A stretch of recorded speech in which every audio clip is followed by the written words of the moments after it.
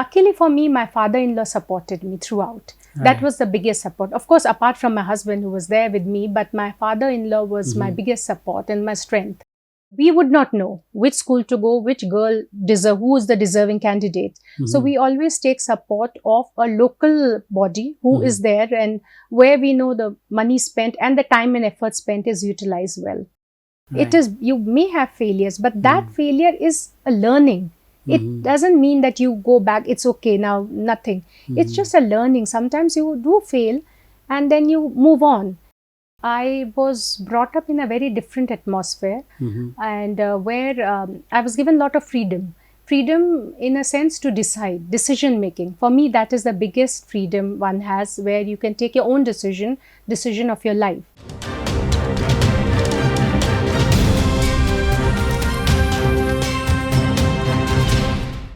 Namaskar. Welcome to the New Businesses interview. Today we have Miss Seema Golchha. She is the director of Golchha Group. Miss Golchha is a leading Samsung modern retail division of the conglomerate with 14 outlets throughout Nepal. I hope I am right. Monitoring the brand's ATL and BTL efforts across the nation and supervising 400 mobile and consumer electronics dealer sales and after sales. She is also a director of Switch On Private Limited, a multi-brand electronic and home appliance shop where she monitors profit, sales and after sales. Ms. Golchha is active in number of programs that takes a lead in women's empowerment as well. So let's hear more from her. Welcome, Seema ji. Thank you, Limsalji. Thank you for such a long introduction. Thank you so much. Please tell us a bit about yourself more, your education, your working experience, etc. So I grew up in India. I come from a family where I do not come from a business background. I come from a family where education is given a lot of stress. My parents at that time were both postgraduates and both were working. And my mother put a lot of emphasis that we have to make a career. You have to study and make a career. So that was the dream right from the childhood. So I studied in Delhi. My college was in Delhi University. Then I studied marketing and PR again in Delhi. And then I worked in India. And then once I got married, which is many, many years back now, since then. And because I had worked earlier, that dream of starting something of my own or doing something was always there. So when I got married, after a few years of settling down, and I started business then. Is it a love marriage or arrange or Lawrence?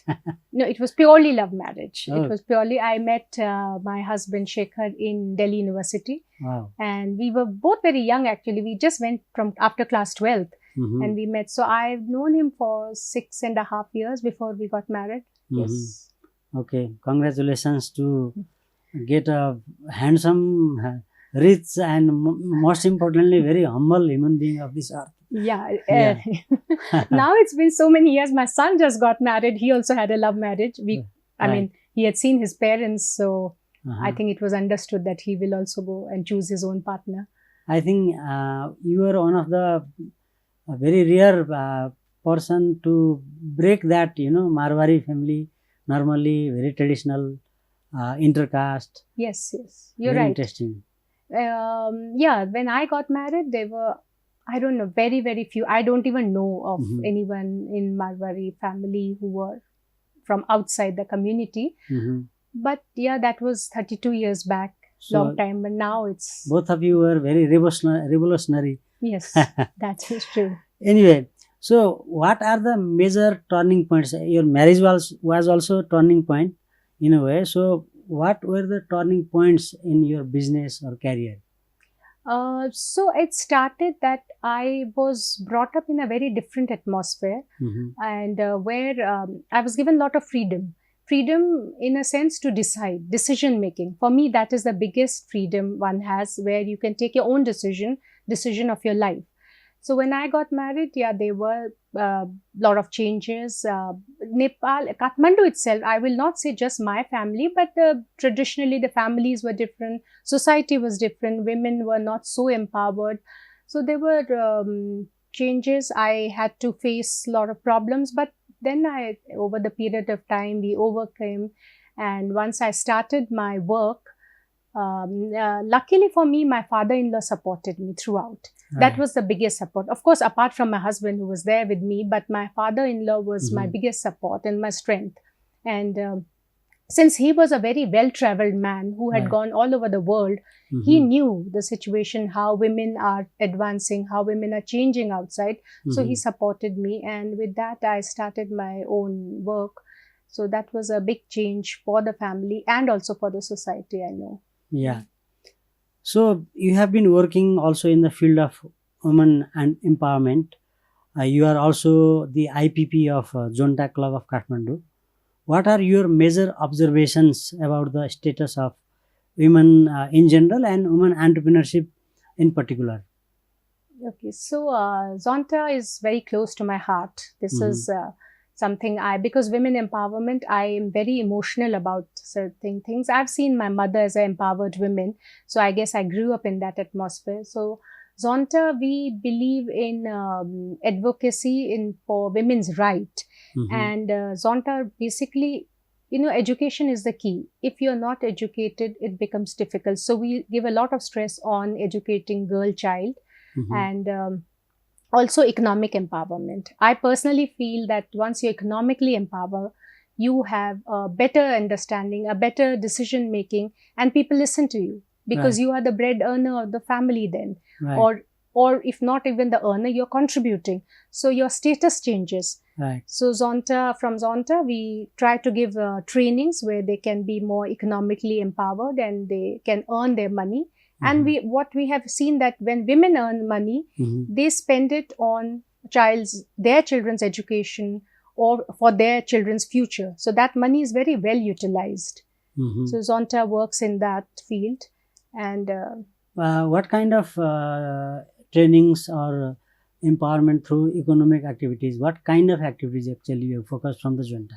So we have, right now we have adopted, during the time I was a president, we adopted a village near, in Chandragiri municipality. And what we are doing is we taught them community farming. Because this is something they are aware of. It's nothing, a totally new skill we are not introducing. They were anyway doing the small farming.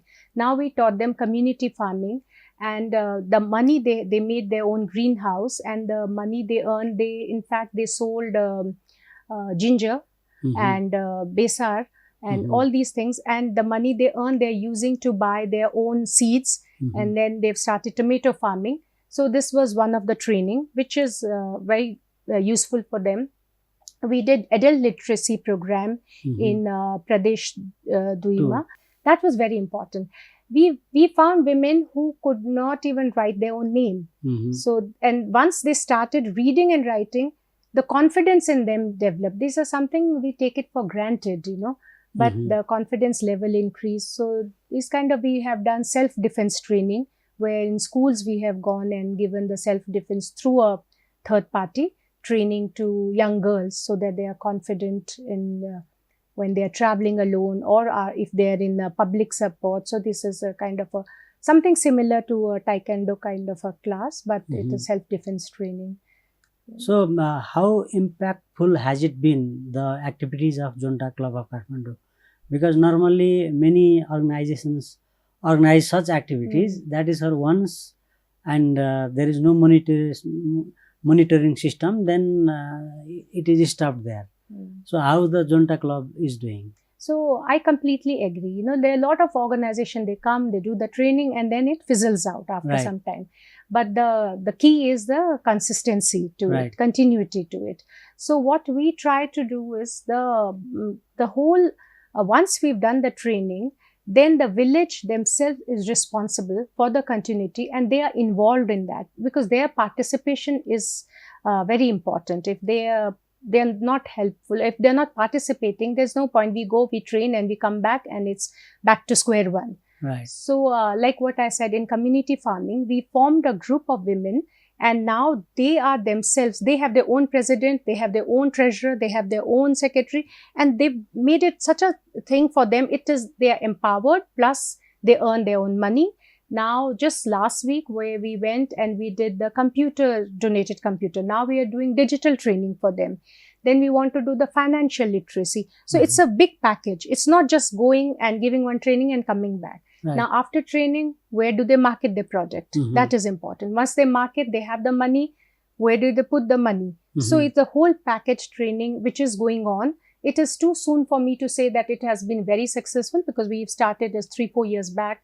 But the results are very, very nice, and they seem very confident and enjoying it. How many years the Zonta Club of Kathmandu is there in Nepal? Zonta Club in Nepal started around 10 years back. So since 10 years, is there any number, I mean the impact among this community, for economic transformation or any self-defense or whatever activities Zonta does? Any numbers, the impact? So what happens is, when I say like we did education to 300 women, it is not specifically 300, because they go home, they teach their mother, they teach their grandmother. Right. So the number can be much more, it can be multiplied. But with the various projects we have done is as I said, the adult literacy, we did it around 12 schools. Right. We have made 32 toilets, because you're aware, the girls' education is people, they leave the schools and education because there are no toilets. So when you talk about number, there are 32 toilets made in schools. So now the number specifically, I may not be how many girls are being, if it, not just girls, even for lady teachers, if there's no toilet, it's very difficult to come and so those are the specific areas we have put stress on. And like during COVID time, what we did, Darbar School, we gave them online training. Everybody spoke about online education. Of course, private schools could do it, but what about government schools? They did not even know what is online education. So first we trained the teachers with the laptop. So imagine a government school teacher going home with a laptop. That itself, I think, was the first step of empowerment. That she had a laptop in her house. So we trained the teachers, and then we gave the smartphones to the students, so that so it took a long time. It took about 3-4 where we got support from schools like Sanskriti, would help her how to give COVID lockdown period, all these training. But the effect was multifold, because. So how do you select the the group where you want to support? Do you receive requests or applications, or you research and go on your own? So it's both the ways. Many times we do receive requests, because once word of mouth, Zonta supports people. But more than that, we look for somebody in that area who can coordinate and who can help us. Like we've taken help of Teach for Nepal, because they are a big organization. They are going to different schools. We wanted to give cycles to girls in Chitwan area so that they can come to school. We gave cycles in Dhanusha to girls, and that was with support for Teach for Nepal, because we would not know which school to go, which girl who is the deserving candidate. So we always take support of a local body who is there, and where we know the money spent and the time and effort spent is utilized well. Okay. Do the women entrepreneurs or professionals really need different or special treatment? Do you think so? It's a very tough question. I think let's give them equality in education. Let's give them equal rights. And then whoever is the winner, it doesn't matter, you're a man or a woman, whoever is capable to. But because for years and years, women have not been part of the mainstream, like why 33% reservation in the parliament? That's because to get them in that level. So to start with, I think women need more support. But once they are there, then I think they are equal. But initially, I think they would need, because it's very difficult for them to come out and to be there in the market. How do you compare the status of women in business when you entered business and now? Lot of changes, lot of positive changes. When Like? I entered business, this is around 22 years back. And there were hardly any women, especially in the corporate sector. There were very, very few women. I mean, I can just name in tips. There were bankers, but in corporate world, I did not see. In fact, I remember going for, meetings and all, and I would be the only women, or there were 3 or 4 in the total. There were only men, but not anymore. Over the years, it has changed so much. I don't think so any now girl feel odd also, because there are so many around them. Right. Even in urban families, I don't think so any girl has to even fight to say that I want to work something, because it's taken for granted. And in fact, in most of the business schools, even today, the girl number is more than boys, all these MBA classes. But Yes. over I don't know then where they disappear, because you don't see them so many in corporate world. Yes. But education wise, their number is more in business schools.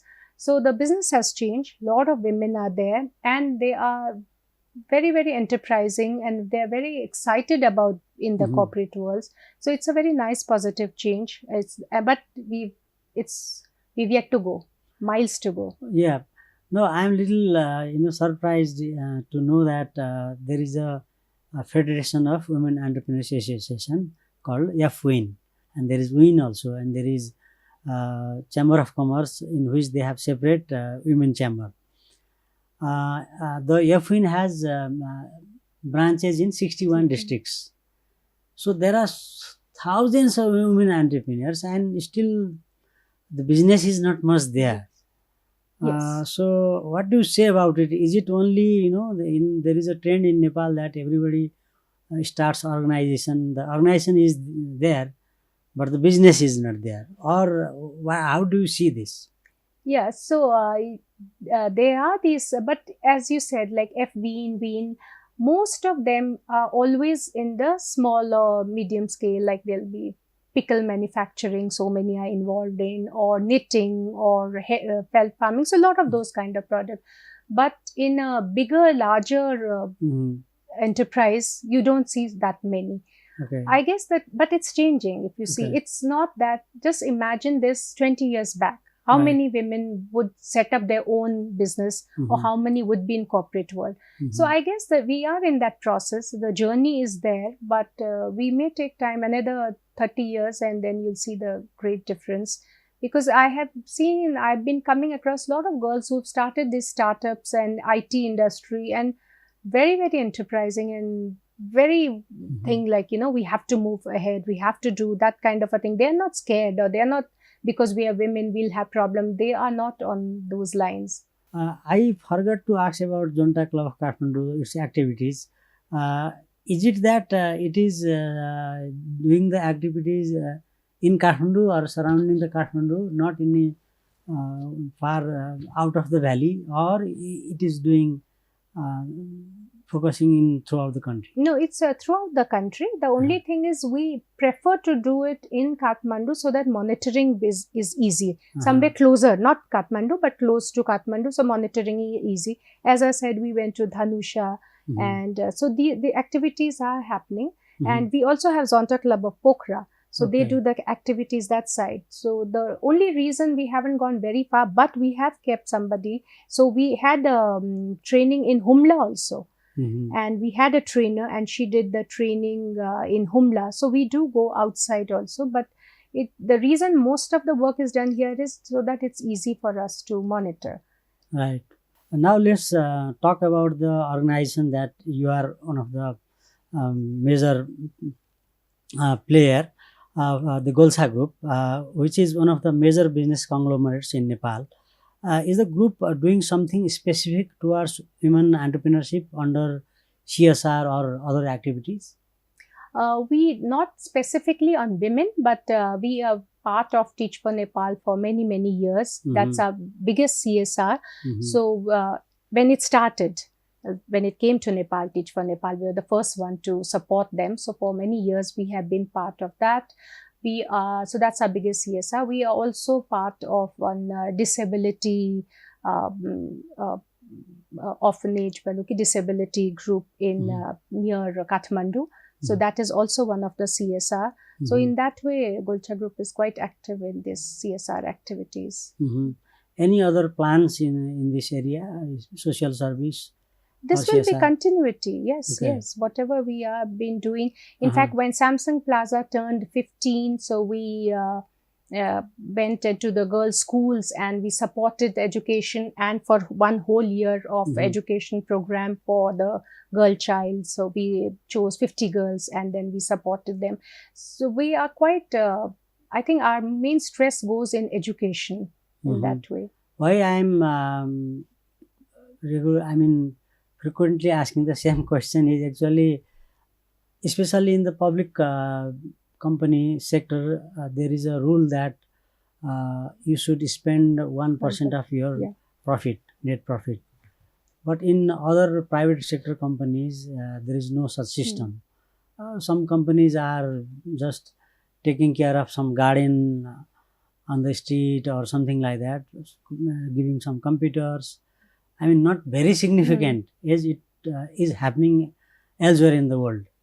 So I'm just asking if you are thinking any unique thing in terms of CSR or social service. So as I said, we have always believed in youth because that's our future. That's where we want to invest in, you know. So be it Teach for Nepal. Right now, this year, we are one of the title sponsors of Global, and so Global Teen Hero, we are part of that because this youth which comes out is going to be going to shape our nation. So that is always all our work is always youth related, whether it is specifically, if I say, whether it's Pulsar Sports Award, whether it's a Global Teen, Teach for Nepal. If you see the common link, it's the youth. And even if CSR is not mandatory in our private, but we've been doing it, and we've been doing it for last many years because we believe in that. It is said that the digital web that is gripping also in Nepal holds good prospects for the women entrepreneurship. So what prospects and what challenges do you see in this?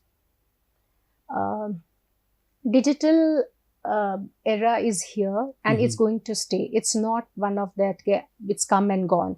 So this is a big revolution, digital revolution. We were going for it, but with the COVID, I think it increased double. The speed has become faster because people realize that how life can be and then how the net can connect each other. So I strongly believe in digital revolution and I think we should be part of it. Nepal, at the moment, I think 52% of the population has internet users. So Nepal is very active. Now, this gives a strong chance for women to come up because digital revolution is that you're equal. You are, there's no difference. So you can work here. You want to learn, learn any kind of training. You can do it online. You don't have to travel. There's no issue of if you're a housewife, you have a small baby, you cannot go to office. You have online things. So this is, we have to take advantage. What has happened in Nepal is, of course, it's really high in TikTok and Facebook, but we have to use it in the way that we use it for our own good. How we can learn some training. Well, somebody in Humla can connect to somebody in Hitauda. This is the advantage we have to take and need to be, and we cannot say that the country doesn't want to be digitalized. I think we need more support from government. So many startups can take place because of this. So this era is going to be there. The problem I see as a business journalist is, yes, there is a people, the women entrepreneurs also, SMEs also, the small business women entrepreneurs, they have a smartphone, but they don't have the financial literacy or business literacy per se. So how to, let them give that literacy? Who is going to lead that? How to do on that? Yeah, so you're right, because that's what I said. Like, people are so involved in their TikTok and things like that, that the advantage they are not being able to take of what they can use with the internet, because they have the power. That phone has the power. You know what is happening around the world. you want to start something, you want to use a social media to advertise that, you want the payment to be done, it can be done. So the whole business is in your hand. Right. But you definitely need lot of support from government, SMEs especially, and mentorship. I think that really helps. Now with in terms of financial literacy, I think a lot of banks are also, because it's a win-win situation. They teach them and they come to you, I guess. So a lot of banks are coming forward. And as I was earlier mentioning about Zonta, so there's a lot of bank support we have got, and they have given financial literacy to these women, and that has helped them. And what are the challenges you see to make them more literate on the digital platform? So one challenge is, of course, the provider, service provider. The rates has to be better, and so it has to be available everywhere. Where in Nepal standard, I feel it is quite a good standard we have maintained. So that is main. You need a good service provider, and as I said, the challenge is it has to be utilized, because what happens is then cybercrime. With the payment thing also comes the cyber crime. So that also has to be educated. There is also huge risk for anything. Right. So that goes side by side. So that also has to be explained. When you are explaining to a woman who's from a village, she's not aware. You're telling her about the payment method. You also have to teach her how it can be misutilized, So that kind of education is required. By women entrepreneurship, the image that comes up in the mind of the people and policymaker is that of a micro business. Though there is already a good number of women entrepreneurs running fairly big businesses, that may not need to, much help from the government as the micro businesses, because people like you don't need any support, but the people on the lower level, they need. So what is your take on this? No, I agree. When we talk about small businesses, there are lots, and it needs hand-holding. Initial stage definitely needs hand-holding, and once they learn all that, so I guess there's a lot of support required, and there are various groups. There are a lot of organizations who are ready to support them, because mostly the main thing required is confidence. When a woman comes out from her house, she has to prove herself, while a man does not have to prove. Right. A woman, when she starts, she has to prove to her family only, like, I can do it. She has to prove to the society, I can do it. While a man, when he graduates, he looks for a job, he's not proving, he's just going to earn. So that is why I feel they need a lot of support.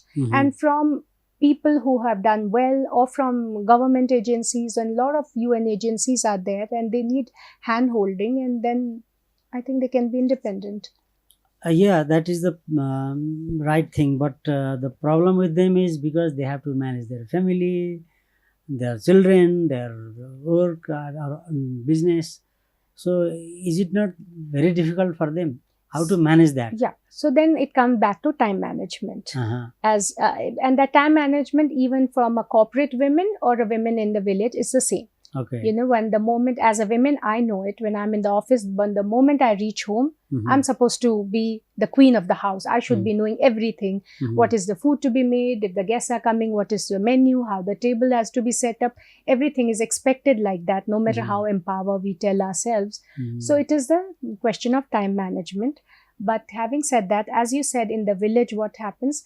Digitalization is the key. That helps a lot. They don't have to travel.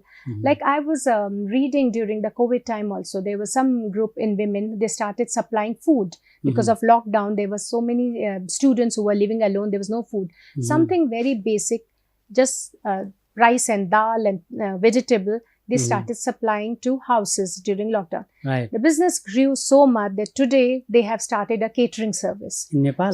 In India. Okay. So it is just the opportunity. You take the opportunity and you take advantage of it then, and you grow it. But then you need some confidence and some support.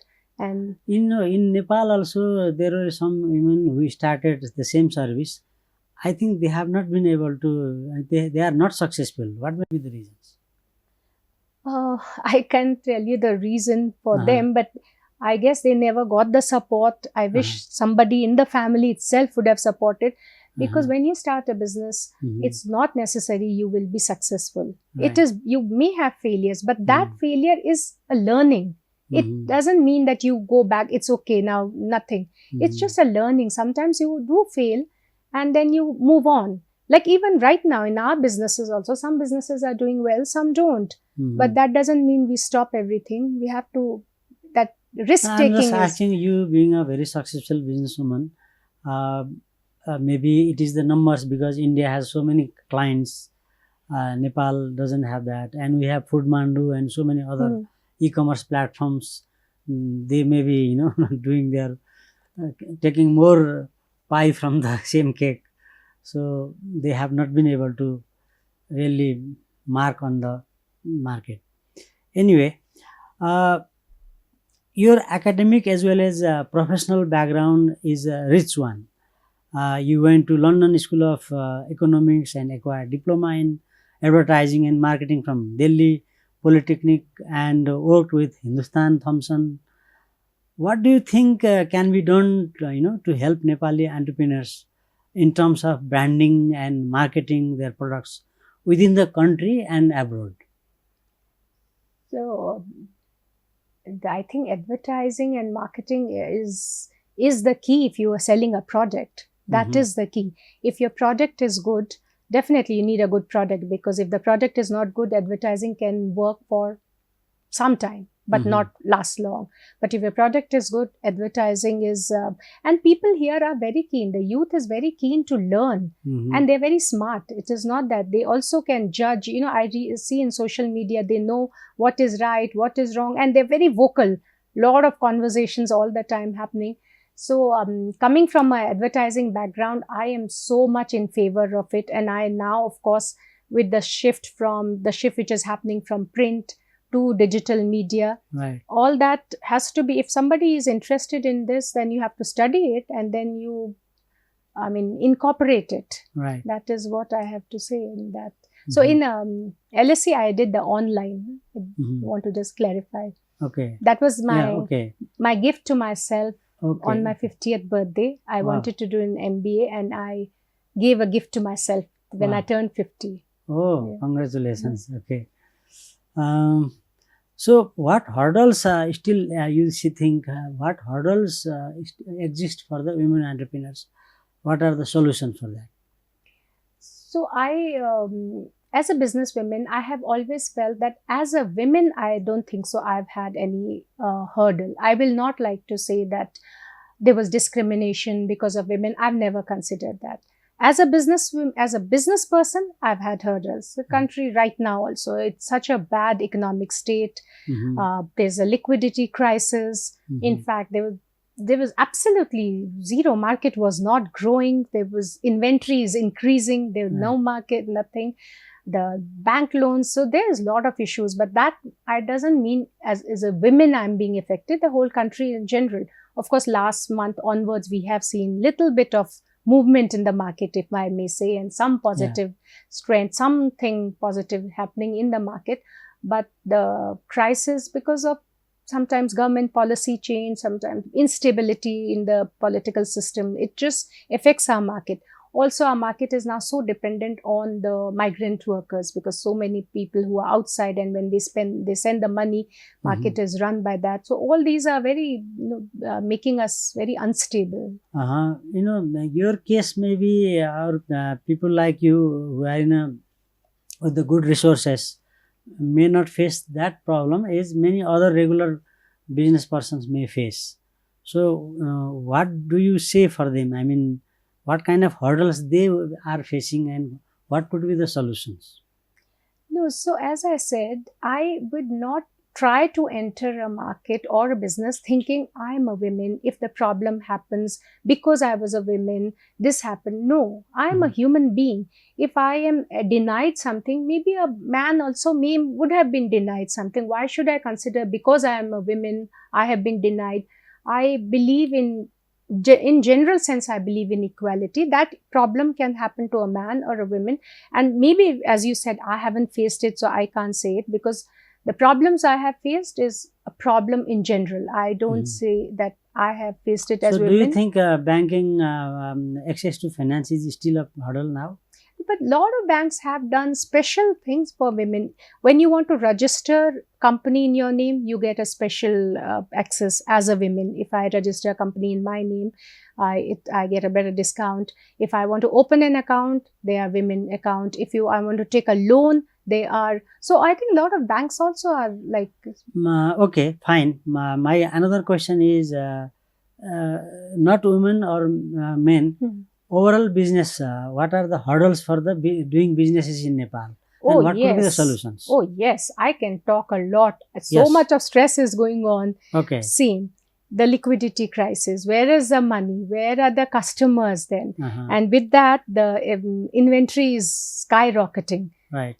And so as I earlier said, because of this instability, sometimes the government thinks, so suddenly, and especially product like ours, which is only when the market is in a happy mood, then they are in a mood to buy electronics. If because it's not like food items that it's a necessity, then the decision making or the purchasing is delayed because when the market is not in a good place. So those are the hurdles we really would want from a business community. I can say some stability so that we have the growth. We have we are in between two superpowers of the world, but yet you see our economy. And it's a learning because when any policy hurdles? So the biggest hurdle is I think we need a lot of support when we are as a business. We need support from the government, and we are the duty structure, of course, because in certain product duty is so high that it becomes very expensive. So if the duty can be cut down, then that can be in which type of products? No, in all our products, electronics or in the cars, motorcycles, the duty is so high. Automotives, it's a high one. Even electronics, if it come down, then it is, accessible to everyone in general. By the way, I have not seen you going in any of these associations besides the social club, Junta Club of Kathmandu. Are you thinking to join some chamber or you don't have any plan? No, I really don't have any plans because I have so much to do at this moment, and I have reached that stage of life then when I want to, if anybody requires my mentorship, yes, I'm there. But I don't think so I would want, because I have reached that stage of life, Salji, where I want to just enjoy and travel and go hiking and trekking and just enjoy life now. Okay, great. So as a businesswoman, what advice do you have for them who aspires to be entrepreneur or to the existing women entrepreneurs in balancing family, career, or even the association in many cases? Yeah. So my advice will be that do not be afraid of taking risk. Okay. When you come into this world, there are going to be tough times. Don't be afraid to take risk. It's part of the game. And yes, time management.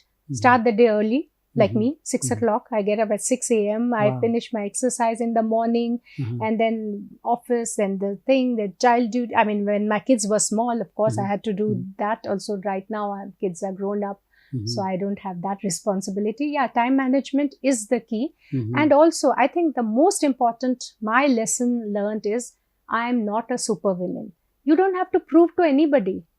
Sometimes we women have proving, have to be best mother, best daughter-in-law, best women in corporate world, best. No, you are just a woman and just do your duty. If I'm not a superwoman. I fail sometime in things. It's fine. I'm a human being. Right. And that has made it so much easier. I used to be very stressful earlier. Right.